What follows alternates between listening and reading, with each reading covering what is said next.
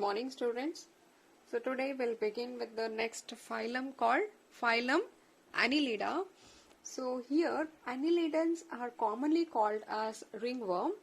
Previously we have studied that platyhelminthes were called as flatworm because of their dorsoventral flattened body, and Aschelminthes were called as roundworm, and annelidans are called as ringworm because of the metameric segments which are present on their body.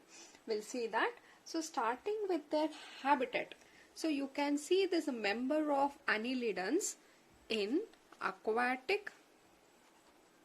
In case of aquatic, you can find them both in the marine water as well as the fresh water. And they can also be terrestrial. You can find them on land. They can be living independently. They can be free living, and some of them exist as parasite. That is, they depend on other living organism. Example, leech. They are the parasites. So here they can be aquatic or terrestrial, found in water and on land.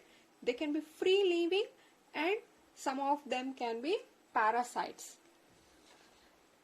And coming to the basic fundamental features, they exhibit organ system level of organization. So here they have very well developed organs which forms an organ system. So meaning they will have this digestive, excretion, circulatory system. They're all well developed. So you can find an organ system level of organization.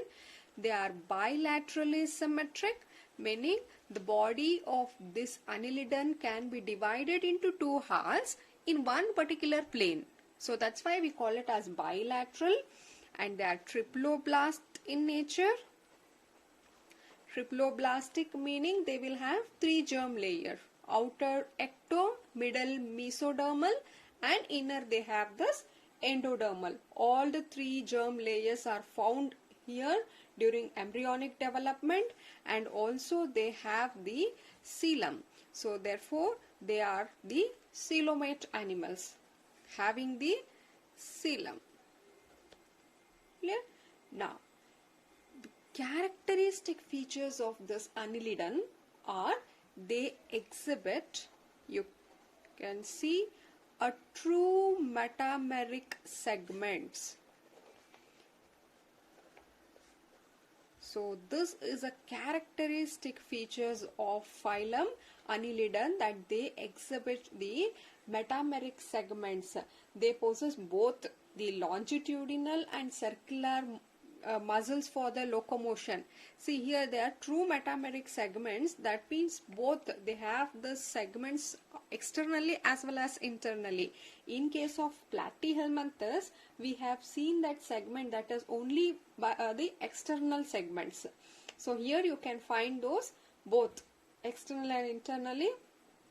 And next, the locomotion here.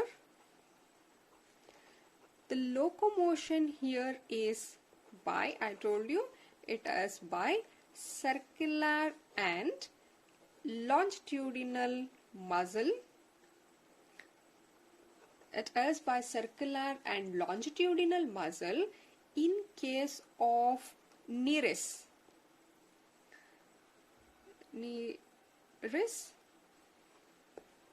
In case of the nereis, which is a member of phylum Annelida, they have a special structure called parapodia.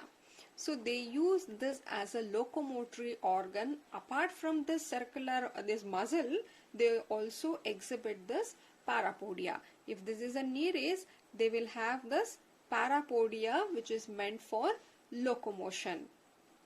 Clear? Now, moving to their respiration, most of them respire cutaneously, meaning it is through the skin. They will respire through the skin. Yes, Now we will see the circulatory system. Here the phylum Annelida show a closed type of circulatory system. It is there. Circulatory system. They show closed type of circulatory system. See, if I say closed circulatory type, meaning what? The blood is circulated through a series of vessels. They have a special, the blood vessels to carry the blood. That is called a closed type. Whereas in some cases, like in case of leech, you can see the open type of circulation. Open meaning when blood is pumped directly without any vessel, you call it as open circulatory type. That was regarding the circulatory system. Next, moving on to the, let's see the excretion first. Excretion here, see both there are amnolytic circulation and also ureolytic animals. So, but here the excretion structure, excretory structures are called nephridiae. Important, this is also important. You can find this excretory structure called nephridiae. These nephridiae will help in two ways. One, directly they will help in the excretion, and also they help in the osmoregulation. Helps in excretion and also in the osmoregulation.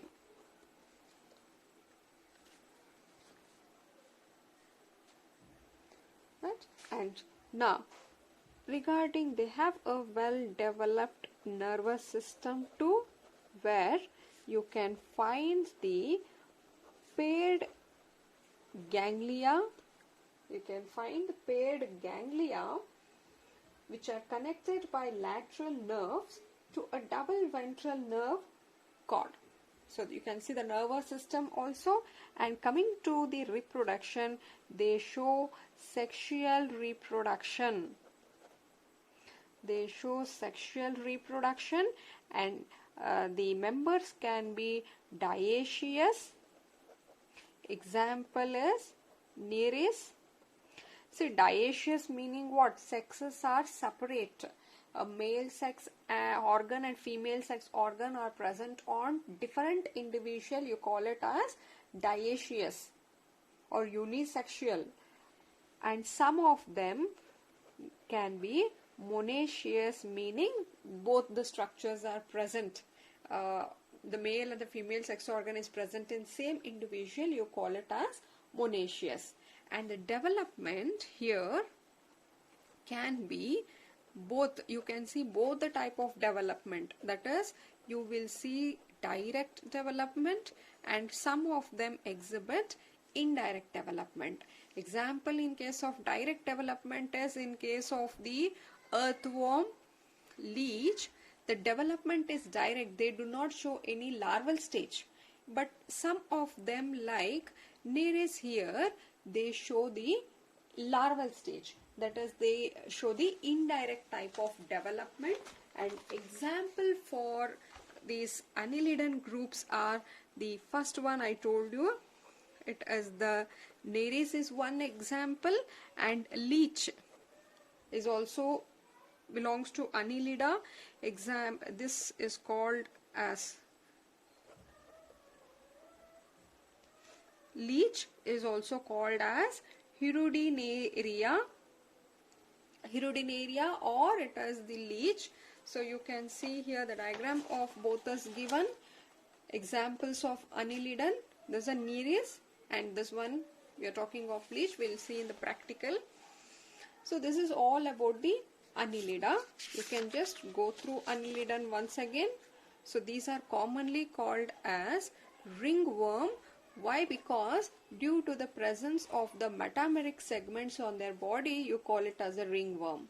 You can find them in aquatic. They can be aquatic or it can be terrestrial, free living, and some of them are parasites as well. They show organ system level of organization, bilaterally symmetric, triploblastic, and coelomate animal. and this is a characteristic feature you should know, metameric segmentation. And locomotion is by this circular or longitudinal muscle.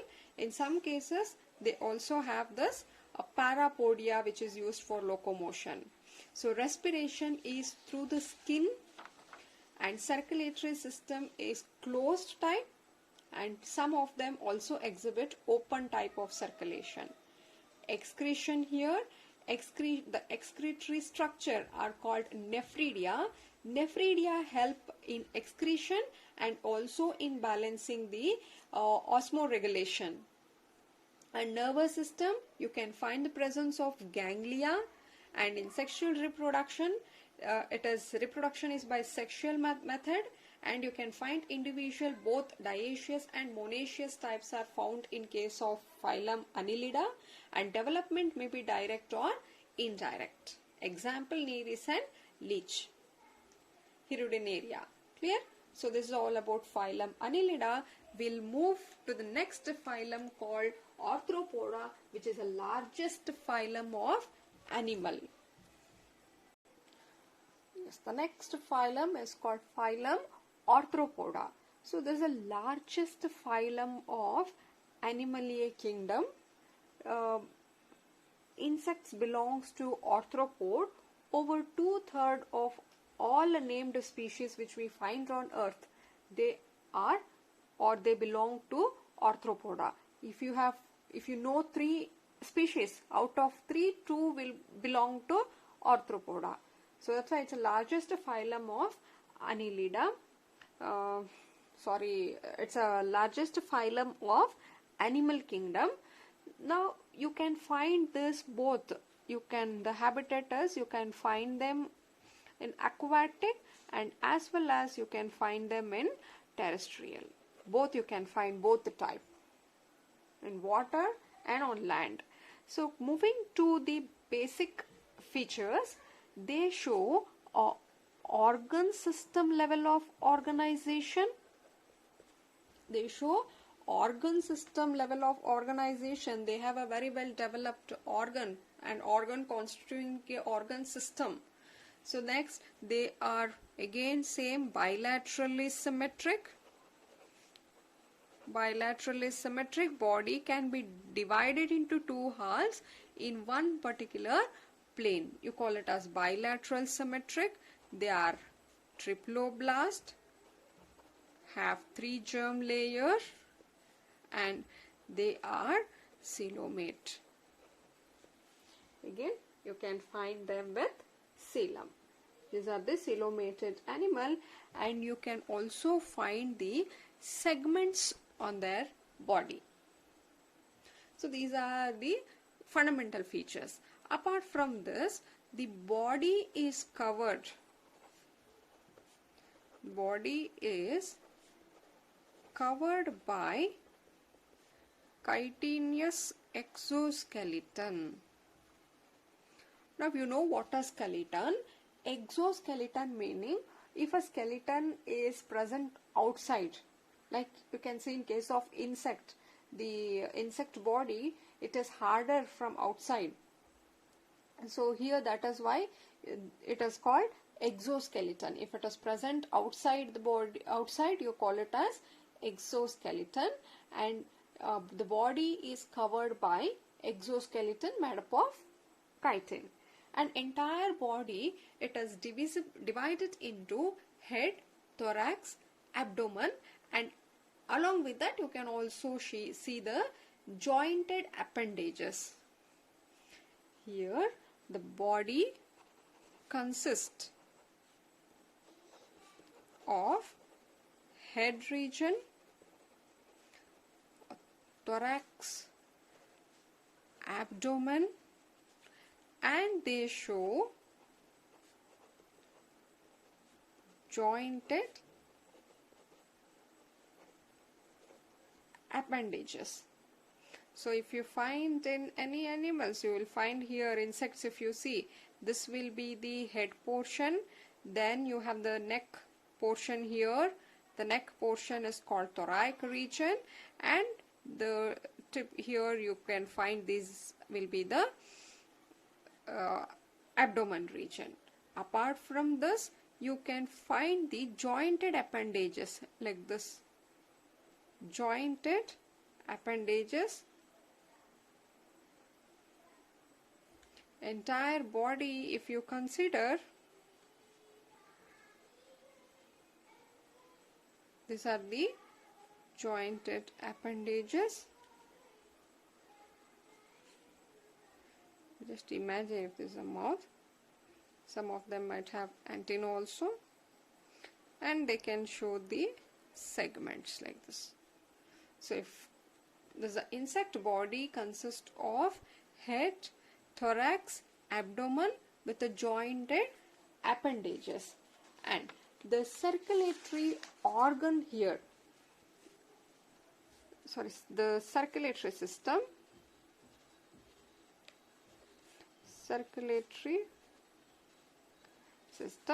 it is of open type of circulatory system, that is, the blood is pumped directly without any vessel. They show a open type of circulatory. And respiratory organs are, this will be important, the respiratory organs here are gills. It can be book gills, book lungs. See, this is mainly in case of aquatic arthropods, and this one, it is in the terrestrial arthropod. And also you can find this tracheal system. So the respiratory organ can be gill, book gills, book lungs, and tracheal system. Then the sensory organ here, they will have the antennae and eye. These two will act as the sensory organs. See, eye can be simple eye or compound eye. And excretion is important. Excretion takes place through the Malpighian tubules. See here, in insects what happen, this is the alimentary canal. At the posterior side, you can find tube-like structures. So these are called Malpighian tubules, which help in the excretion. And these are dioecious. Dioecious meaning the sexes are separate. Mostly they are dioecious, and fertilization is internal. They show internal fertilization, meaning the fusion of gamete is happening inside the body. You call it as internal fertilization. And mostly they will be oviparous. Oviparous meaning which lay the egg. There are few exceptions also, but we are talking majority of them will be oviparous, and development may be direct development or indirect development. Clear? An example here you can take of Apis, that is the honeybee,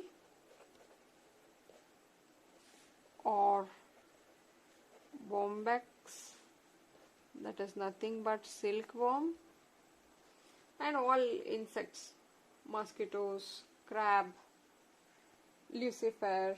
So all these insects come under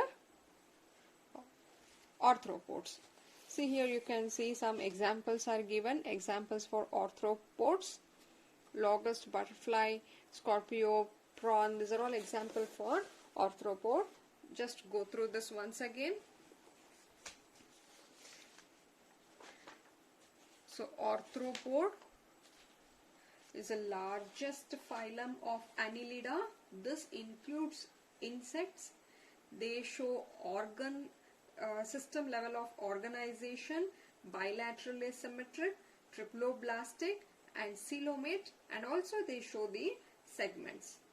entire here the body is usually covered by chitinous exoskeleton, and the body is divisible or it consists of head region, thorax region, abdomen, and with jointed appendages, very important, which is exhibited by arthropoda.